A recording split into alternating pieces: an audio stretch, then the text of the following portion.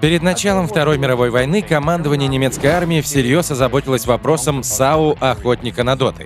Французы возвели долговременную линию обороны, линию Мажино, вдоль западной границы Германии, поэтому немцам была нужна большая пушка, чтобы разрушить их. Концерны Henschel и Rheinmetall представили свои проекты. Henschel представил 2 проекта ходовых, а Rheinmetall — 2 проекта орудия. Henschel использовал ходовые танков VK-3001. Впоследствии это привело к созданию танков серии «Тигр». Ходовую удлинили примерно на 2 метра, чтобы стало возможно установить большую 128 мм пушку, разработанную фирмой Rheinmetall.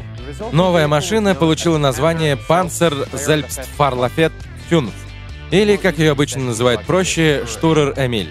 Было построено 2 машины, обе принимали участие в боевых действиях на Восточном фронте. Одна была уничтожена, а вторая захвачена. Так что нам на 50% повезло. Одна из этих машин существует до сих пор и находится здесь, в Кубинке. К сожалению, время не пощадило ее, поэтому внутри совсем ничего нет. Так что у нас получается еще одна серия вне командирской рубки.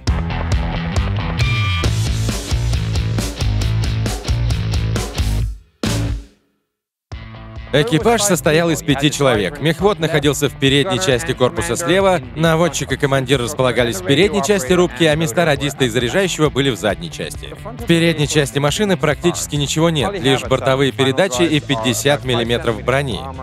Место мехвода фактически полуоткрыто, но защищено бронированным колпаком. Для обзора мехвод использовал смотровые щели впереди и слева. А в общем, он полностью полагался на приказы командира. 6-цилиндровый двигатель Майбах объемом 11,6 литра и мощностью 310 лошадиных сил разгонял Эмиля до невероятных 25 км в час. С 450 литрами бензина машина могла преодолеть 150 км по дорогам, а по пересеченной местности запас хода составлял всего лишь 80 км. Если сравнить борта Sturer Эмиля и VK-3001, можно заметить, что Эмиль немного длиннее, и последовательность катков несколько иная. На VK-3001 катки первой пары были парные, а во второй паре — раздельные. Sturer Эмили пары поменяли местами. Подвеска с чередующимися катками осталась, но внутренние и внешние катки также поменяли местами. И еще одно отличие — вместо 7 пар катков стало 8. Ведущее колесо в передней части такое же, как и на большинстве немецких машин того времени.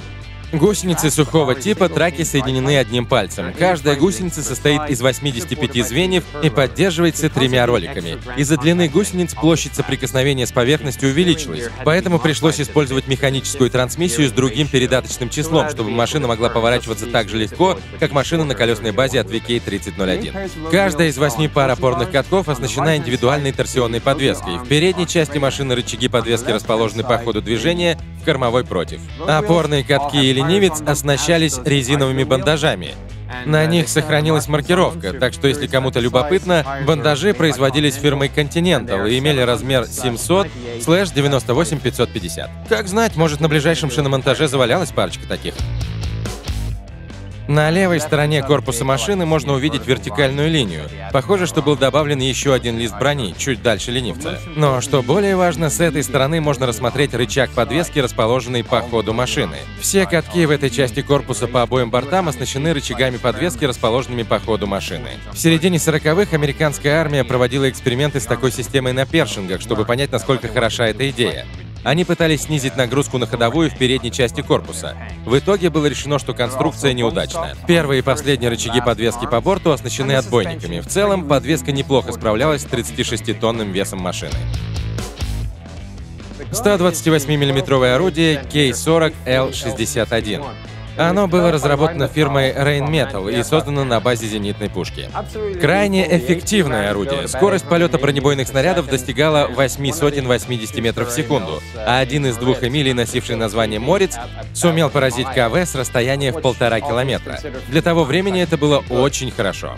Еще один плюс — отсутствие внутренних деталей. Можно рассмотреть подвеску.